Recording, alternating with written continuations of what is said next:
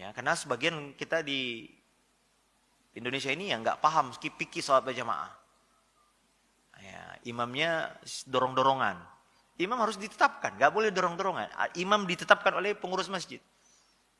Kapan qomat? Ketika imam sudah maju. Jangan jamaah yang nyuruh, qomat. Ini ada acara nih, nggak bisa. Imam yang punya hak kapan boleh qomat, kapan tidak qomat. Kalau qomat masih sedikit, kata imam, bentar. Imam yang punya hak. Ya. Kemudian Nabi SAW menyuruh kita di masjid khusyuk. Jangan ada, kata Nabi, jangan ganggu saudaramu dengan bacaan Quran.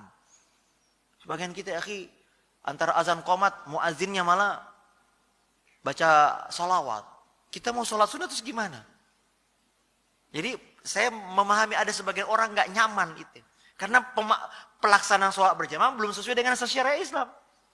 Belum lagi kadang-kadang 1 jam sebelum azan, mikrofon udah ngaji, Pak. Ya, jam 4 subuh udah ngaji tuh. Gimana orang mau sholat tahajud di rumah? Ya, kemudian habis subuh ngaji lagi, Pak, mikrofon. Yang boleh keluar dari masjid apa saja sih, Pak? Kata ulama hanya azan dan qomat. Qomat pun diperselisihkan. Azan saja yang boleh keluar. Qomat, sebagian ulama berbeda pendapat. Ini qomat untuk siapa? Untuk yang di luar masjid atau yang di dalam masjid? Dalam masjid. Karena mereka yang berkepentingan ini udah mau qomat. Ada pun yang di luar masjid udah percuma. Ya kan? Tapi di Indonesia 1 jam sebelumnya. Sesudah sholat, mikrofon juga. Banyak orang merasa terganggu. Maka saya paham banyak orang lebih nyaman sholat di rumah. Kenapa? Karena pelaksanaan sholat berjamaah belum sesuai dengan... Saya pernah ketemu Pak supir Grab, supir online. Orang non-muslim. Dia bilang, Pak Ustadz, mungkin karena saya dijemput di masjid.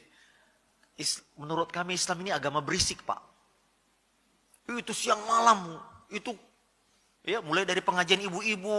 Sampai kapan kita istirahat katanya. Apa harus selalu teriak-teriak katanya.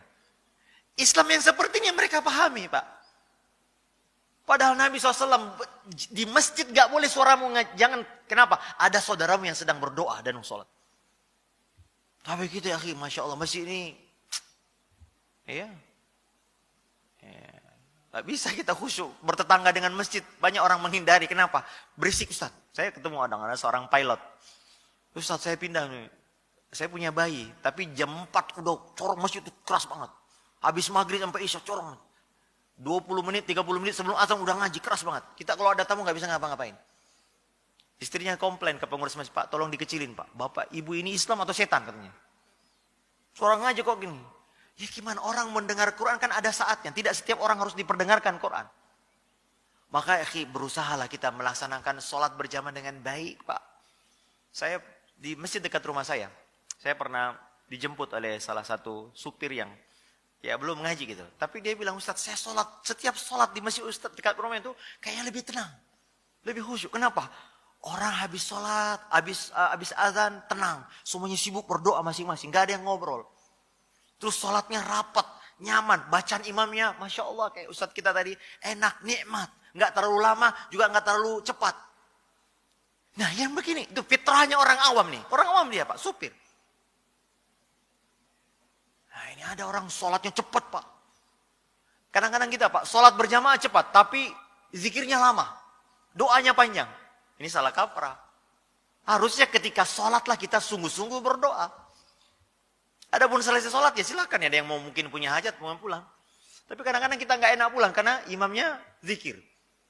Dianggap kalau pulang dianggap, wah ini orang munafik nih, orang belum selesai. Padahal kita mengikuti imam hanya selesai setelah salam saja. Pas setelah itu silakan.